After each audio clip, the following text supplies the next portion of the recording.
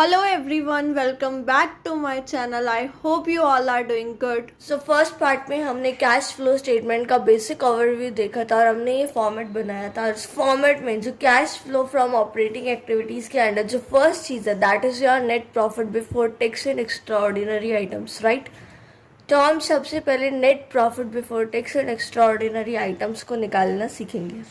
So net profit before tax and extra ordinary items को हम कैसे इवेल्युएट करते हैं, इसको हम वर्किंग नोट में इवेल्युएट करते हैं। सबसे पहले आपका सरप्लस, ये आपको अगर डायरेक्ट दिया हुआ है तो डायरेक्ट लिखेंगे, अगर आपको बैलेंस शीट की फॉर्मेट में दिया हुआ है तो आप रिजर्व एंड सरप्लस में जो सरप्लस पार्ट होता है प्रॉफिट एंड लॉस का के डिफरेंस को आप यहाँ पे लिखेंगे, राइट।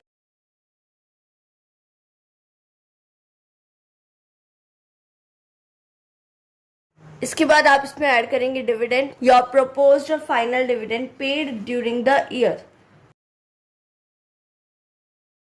यहाँ पे हमेशा प्रीवियस ईयर का डिविडेंड आता है। सो डिविडेंड आपने यहाँ पे प्रीवियस ईयर का लिखना है, राइट। उसके बाद आपका इंटरिम डिविडेंड जो भी आपने ड्यूरिंग द ईयर पे किया, ये प्रपोज्ड और फाइनल डिविडेंड था, ये इंटरिम डिविडेंड होता है।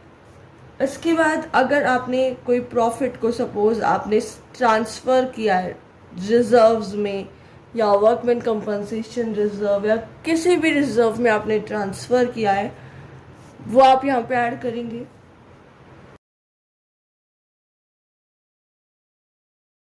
प्रोविजन फॉर टैक्स मेड, अगर आपको प्रोविजन फॉर टैक्स मेड दिया है ड्यूरिंग द ईयर आप उसको ऐड करेंगे। नहीं दिया है, अगर आपको सिर्फ बैलेंस शीट में करंट ईयर और प्रीवियस ईयर करके लिया है तो आप करंट ईयर का जो प्रोविजन होता है ना उसको ऐड करेंगे क्योंकि वो आपका प्रोविजन फॉर टैक्स मेड होता है। और अगर टैक्स से रिलेटेड कुछ एडजस्टमेंट्स दी हुई हैं तो उसके लिए हम फिर प्रोविजन ऑफ टैक्स अकाउंट बनाएंगे। प्रोविजन फॉर टैक्स को पूरा एलेबोरेट करके स्टडी करेंगे क्योंकि ये अपने आप में ही बहुत डिटेल में कंसेप्ट है, राइट। अभी हम बेसिक ओवरव्यू देख रहे हैं। अगर कोई एक्स्ट्रा ऑर्डिनरी आइटम है जिसको हमने P&L में डेबिट किया था as an extra ordinary expense, आप उसको ऐड करेंगे।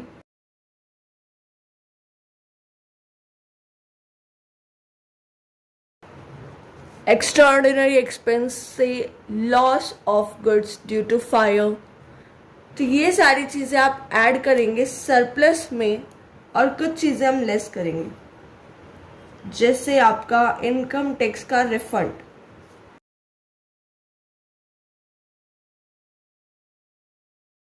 आपने कुछ इनकम टैक्स पे किया लेट्स से 100 और उस पर आपको 20 रिटर्न मिला तो रिफंड ऑफ इनकम टैक्स आप यहाँ पे लेस करेंगे।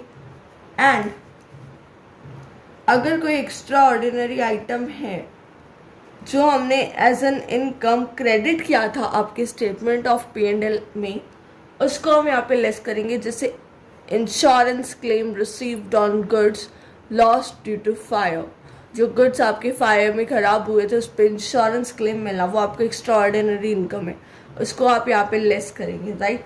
अब ये सारा कैलकुलेट करने के बाद जो आपका आता है वो होता है net profit before tax and extra ordinary item.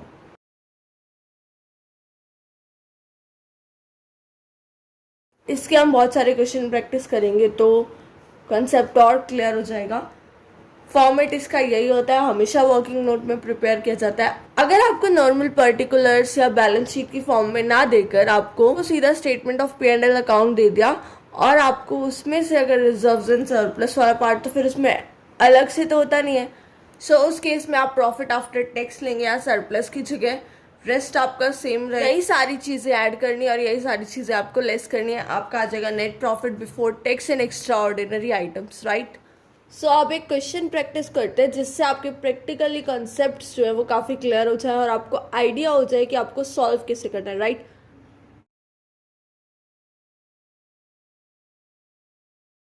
तो ये आपका क्वेश्चन है, इसके अंदर आपको सरप्लस दे रखा है opening balance and closing balance, right. तो सबसे पहले आप net profit before tax and extra ordinary item निकालने के लिए सरप्लस कैलकुलेट करेंगे, तो आप क्लोजिंग माइनस ओपनिंग बैलेंस करेंगे, राइट।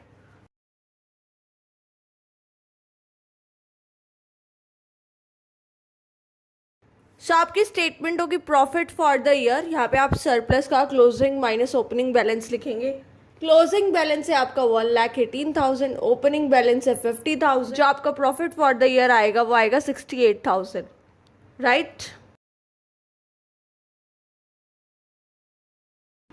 इसके बाद अब हमें जो आइटम्स ऐड करने हैं हम वो लिखेंगे। सबसे पहले हमने बोला था प्रपोज डिविडेंड, फाइनल डिविडेंड जो आपका होता है प्रीवियस ईयर का, तो वो आपको दे रखा है dividend paid, that is your 36,000, right. फिर आपको दे रखा है इंटरिम डिविडेंड पेड,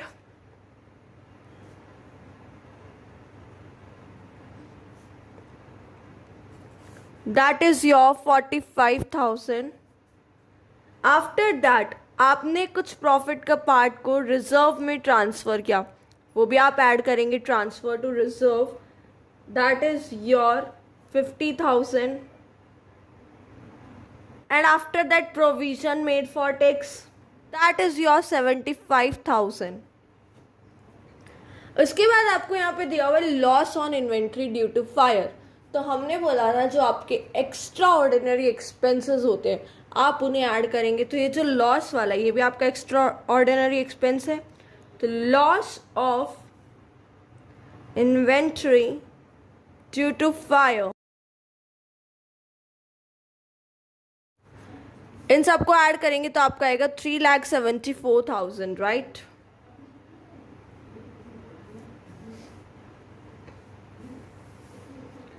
फिर आपको लेस करना है, जैसे यहाँ पे आपको दे रखा है रिफंड ऑफ टैक्स, जो भी टैक्स का अमाउंट था वो आपको जो भी रिफंड है वो आपको लेस करना है, दैट इज योर 1,500।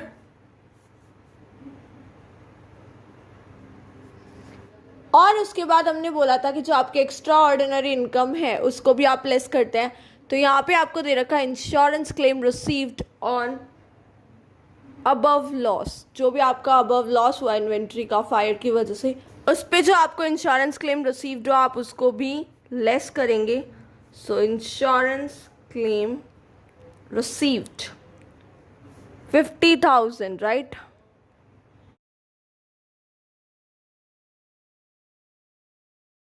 सो ये आपका हो जाएगा 3,22,500। और यहाँ पे जो आपकी स्टेटमेंट आएगी वो आएगी net profit before tax and extraordinary items, right?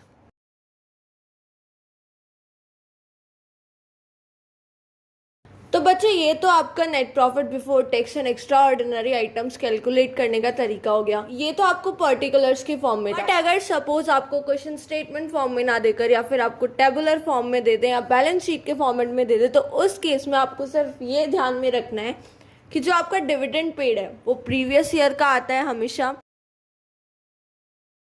Current year के डिविडेंड पेड को आप सिर्फ इग्नोर करेंगे इस क्वेश्चन में। हमेशा डिविडेंड पेड आपका प्रीवियस ईयर का आता है। एंड जो प्रोविजन फॉर टैक्स मेड है पेड की फॉर्म में ना देकर आपको टेबुलर फॉर्म में with the data of 2 year, तो आप करंट ईयर का जो अमाउंट है वो यहाँ पे आप लिखेंगे, राइट। बस इतना ही है आपका net profit before tax and extra ordinary items, right. तो वापस आते हैं आपके फॉर्मेट पे। तो हमने net profit before tax and extra ordinary items को कैलकुलेट करना सीख लिया, राइट। अब आपको नॉन कैश और नॉन ऑपरेटिंग आइटम्स के लिए एडजस्टमेंट करनी है, राइट। ऑल दो आइटम्स आपको पता है कि कौन से ऐड होते हैं कौन से सब्ट्रैक्ट होते हैं, बस इसको हम क्वेश्चंस में एक बार देख लें सो दैट आपको क्वेश्चन सॉल्व करने का तरीका पता चल जाए कि किस तरीके से आप क्वेश्चन को सॉल्व करेंगे, राइट। तो अब हम स्टार्ट करते हैं नॉन कैश और नॉन ऑपरेटिंग आइटम्स के लिए एडजस्टमेंट। ये सारी चीज़ें आपको ऐड करनी है, ये सारी चीज़ें आपको लेस करनी है। उसके बाद आपका ये आएगा operating profit before working capital changes, right. So अब एक क्वेश्चन प्रैक्टिस करते हैं। Operating profit before working capital changes किस तरीके से इवैल्यूएट करते हैं, राइट। तो अब जो ये क्वेश्चन है इसमें आपको net profit before tax and extra ordinary items दे रखा है, बट सपोज अगर आपको ये नहीं दिया होता तो आप इसको वर्किंग नोट में कैलकुलेट करते और उसके बाद यहाँ पे लिखते। बट इस क्वेश्चन में आपको net profit before tax and extra ordinary items दे रखा है, तो हम डायरेक्ट क्वेश्चन स्टार्ट करेंगे। सबसे पहले net profit before tax and extra ordinary item,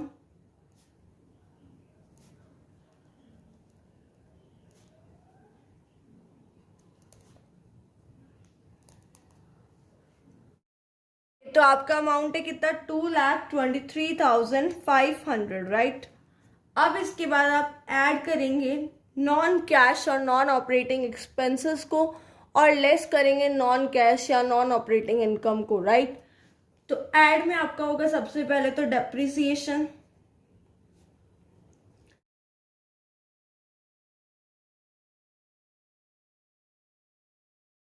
जो आपको दे रखा है 42,000। उसके बाद आपका इंटरेस्ट ऑन बोरोइंग्स, ये भी आपका ऐड होगा क्योंकि आपने पे किया है ना, तो ये भी आपका नॉन ऑपरेटिंग एक्सपेंस है, इसलिए इसको भी आप ऐड करेंगे। That is your 8,400। Goodwill amortised या फिर आपका कोई भी इनटेंजिबल एसेट का अमोर्टाइजेशन ऐड होता है, दैट इज योर 9,300। उसके बाद loss on sale of machinery, इसको भी आप ऐड करेंगे, दैट इज योर 9,000। एंड उसके बाद यहाँ पे आपको दिया premium on redemption of debentures, ये भी आपका ऐड होता है।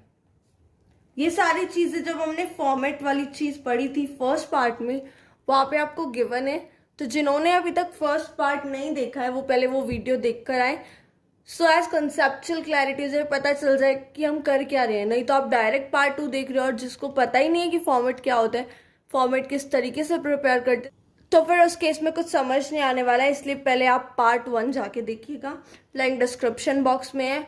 सो अब कंटिन्यू करते हैं। Premium on redemption of debentures आपका दे रखा है 3,000, राइट। तो अब ये सारी चीजें हम ऐड करेंगे।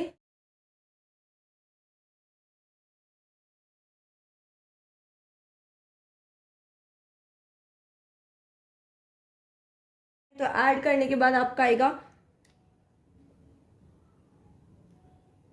2,95,200, right.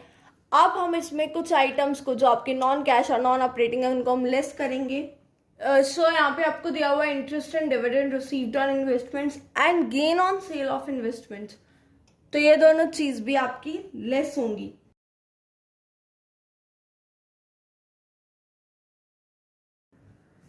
So interest and dividend received on investments, that is your 13,800. Gain on sale of investments, that is your 6,000. इसको आप लेस करेंगे तो कितना, 19,800, राइट। तो इन सबको कैलकुलेट करने के बाद जो आपका फाइनल आता है वो आता है 2,75,400। This is your operating profit before working capital changes.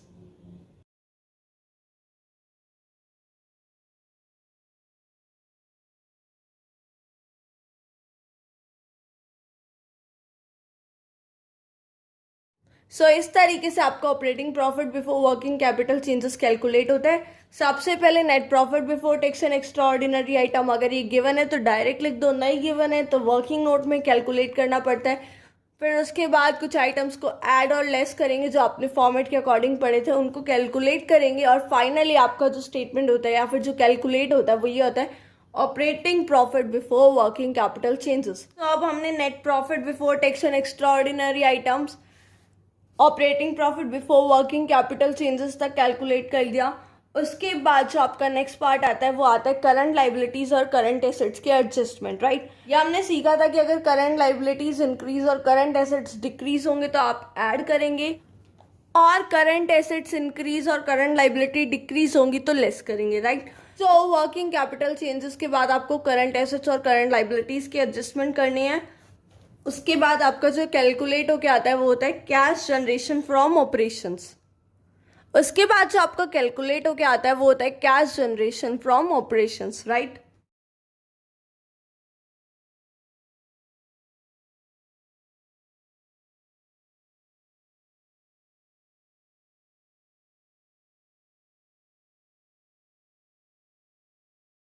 तो कैश जनरेशन फ्रॉम ऑपरेशन को हम कैसे कैलकुलेट करते हैं, सबसे पहले आपका net profit before tax and extra ordinary items, उसके बाद आपका operating profit before working capital changes, और उस ऑपरेटिंग प्रॉफिट जो आता है उसके अंदर current liabilities and current assets का एडजस्टमेंट करने के बाद आपका आता है cash generation from operations, right.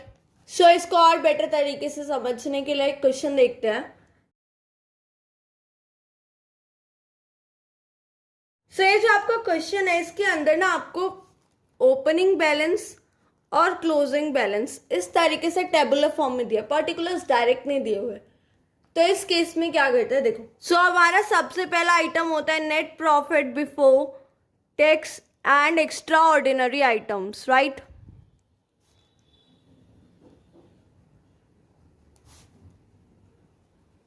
इस केस में आपको net profit before tax and extra ordinary item के डायरेक्ट वैल्यू नहीं दी हुई, आपको कैलकुलेट करना पड़ेगा। पर यहाँ पे एक चीज़ और है, आपको सिर्फ सरप्लस का ओपनिंग बैलेंस और क्लोजिंग बैलेंस दिया है, और जो फर्दर आइटम्स ऐड होते हैं या लेस होते हैं जैसे propose dividend, interim dividend, tax का प्रोविजन, कुछ भी नहीं दिया है ना। तो ये केस काफ़ी सिंपल है, सिर्फ सरप्लस का क्लोजिंग माइनस ओपनिंग बैलेंस करके हम net profit before tax and extra ordinary item की वैल्यू निकाल सकते हैं, राइट। तो यहाँ पे आपका क्लोजिंग बैलेंस है 3 लाख एंड ओपनिंग बैलेंस है 2 लाख। तो व्हाट इज द सरप्लस और नेट प्रॉफिट, आपका 1 लाख, राइट। उसके बाद हम एडजस्टमेंट करते हैं नॉन कैश और नॉन ऑपरेटिंग एक्सपेंसेस और इनकम का। तो हमें यहाँ पे दे रखा है एक्यूमुलेटेड डिप्रिसिएशन और गुडविल की अगर हम देखें तो ओपनिंग बैलेंस है 2 लाख, क्लोजिंग है 1,60,000। तो गुडविल भी अमोर्टाइजेशन है, मतलब क्लियरली स्टेटमेंट में नहीं लिखा है पर आप चेक करेंगे तो गुडविल का अमोर्टाइजेशन दैट इज योर 40,000। उसके बाद आपको डेप्रिसिएशन दिया हुआ है जिसका ओपनिंग बैलेंस है 3 लाख, क्लोजिंग बैलेंस है 3,20,000। तो डिफरेंस कितना है, 20,000। तो डेप्रिसिएशन कितना होगा आपका, एक्यूमुलेटेड डेप्रिसिएशन इज योर 20,000। तो ये 60,000 आप यहाँ पे ऐड करेंगे तो ये होगा 1,60,000, राइट। तो आपका इस क्वेश्चन में कोई भी नॉन कैश और नॉन ऑपरेटिंग इनकम तो दे नहीं रखा है, तो यहाँ पे कुछ भी लेस नहीं होगा। तो यहाँ पे आपका operating profit before working capital changes direct 1,60,000 क्योंकि कुछ लेस ही नहीं हो रहा है। तो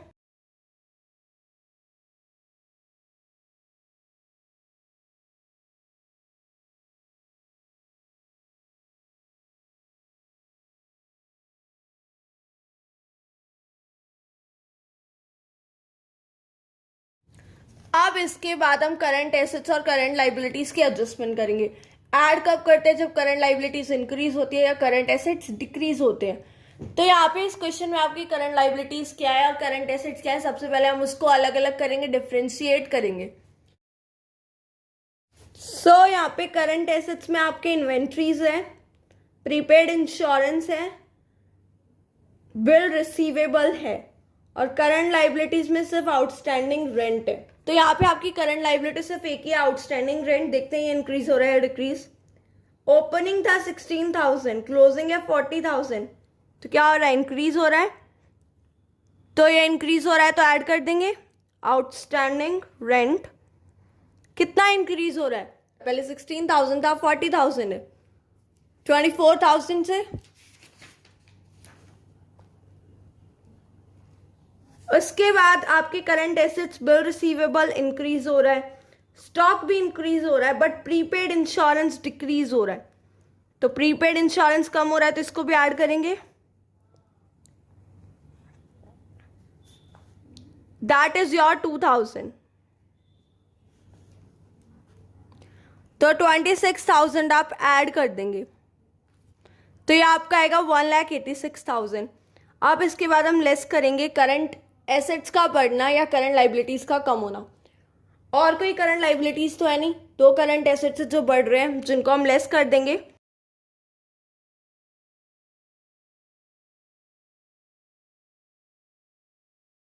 सबसे पहले आपका इन्वेंट्रीज 40,000 से बढ़ रहा है, उसके बाद आपका बिल्स रिसीवेबल ये भी 40,000 से बढ़ रहा है,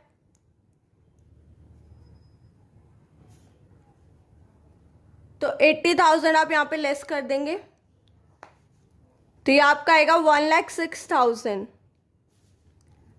ये है आपका cash flow from operations.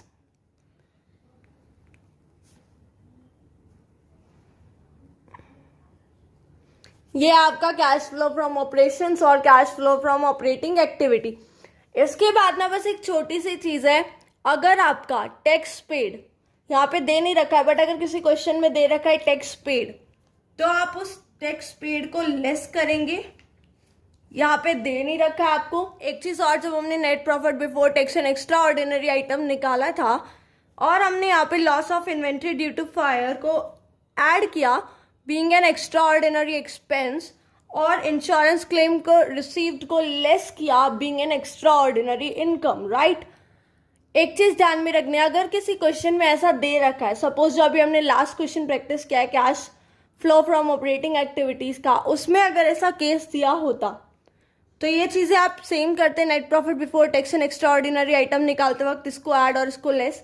But इस आइटम को, क्योंकि ये आपका एक्सपेंस, बेशक एक्स्ट्रा ऑर्डिनरी एक्सपेंस है बट ये आपका एक्सपेंस है, तो इसको आप लेस करते और इस इंश्योरेंस क्लेम रिसीव्ड को आप ऐड करते। मतलब सपोज इस क्वेश्चन में भी ऐसा ही कुछ इंश्योरेंस क्लेम रिसीव्ड होता, तो व्हाट यू रिसीव्ड उसको आप ऐड करेंगे being an extra ordinary income, और लेस करेंगे एक्स्ट्रा ऑर्डिनरी एक्सपेंसेस को, राइट। मतलब जिन एक्सपेंसेस को आपने net profit before tax and extra ordinary item निकालते वक्त ऐड किया था उसको आप लेस बैक करेंगे, और जिन एक्स्ट्रा ऑर्डिनरी इनकम को आपने लेस किया था उनको ऐड बैक करेंगे, राइट।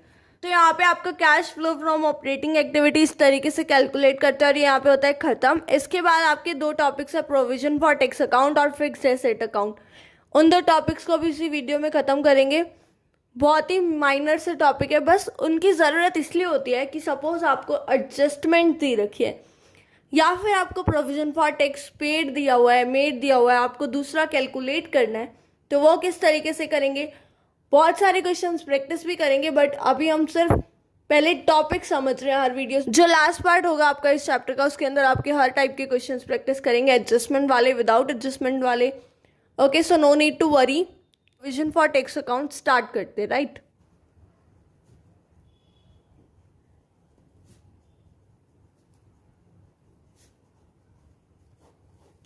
नाउ सपोज आपको क्वेश्चन में ओपनिंग बैलेंस और क्लोजिंग बैलेंस दिया हुआ है टेबल फॉर्म में, और आपको नीचे एडजस्टमेंट में दिया हुआ है कि tax paid during the year या provision for tax made during the year. अगर आपको प्रोविजन फॉर टैक्स मेड दिया है तो आपको टैक्स पेड कैलकुलेट करना है, और अगर आपको टैक्स पेड दिया हुआ है तो टैक्स मेड कैलकुलेट करना है, और ये कैलकुलेट करने के लिए हमें प्रोविजन फॉर टैक्स अकाउंट बनाना ही पड़ता है।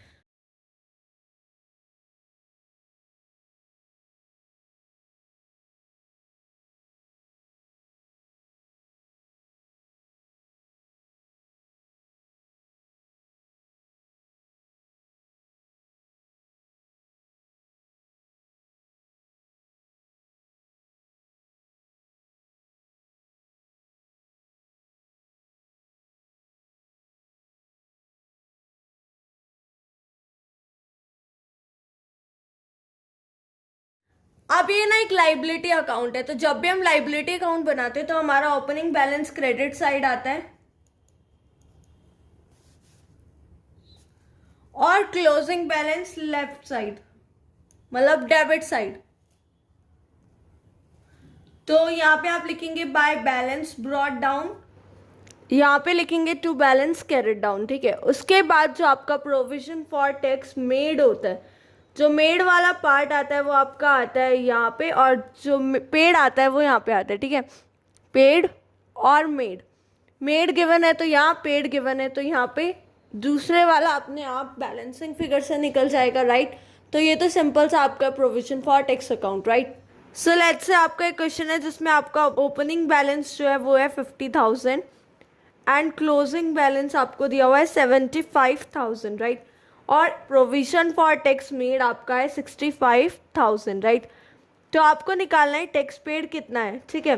तो आपको यहाँ पे टैक्स पेड कैलकुलेट करना है, जिसके लिए आपको प्रोविजन फॉर टैक्स अकाउंट बनाना पड़ेगा, राइट।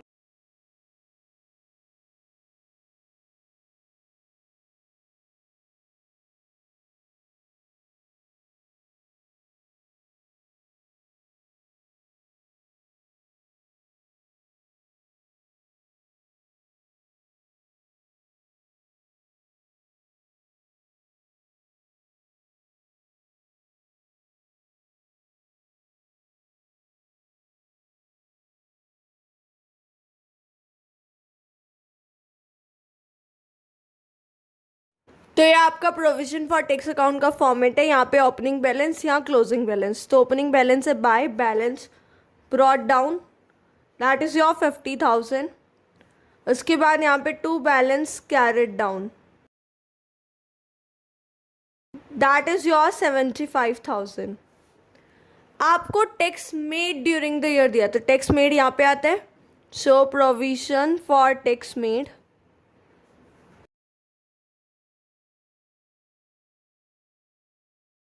That is your 65,000। तो अब बैलेंसिंग फिगर से आपका टैक्स पेड निकल जाएगा।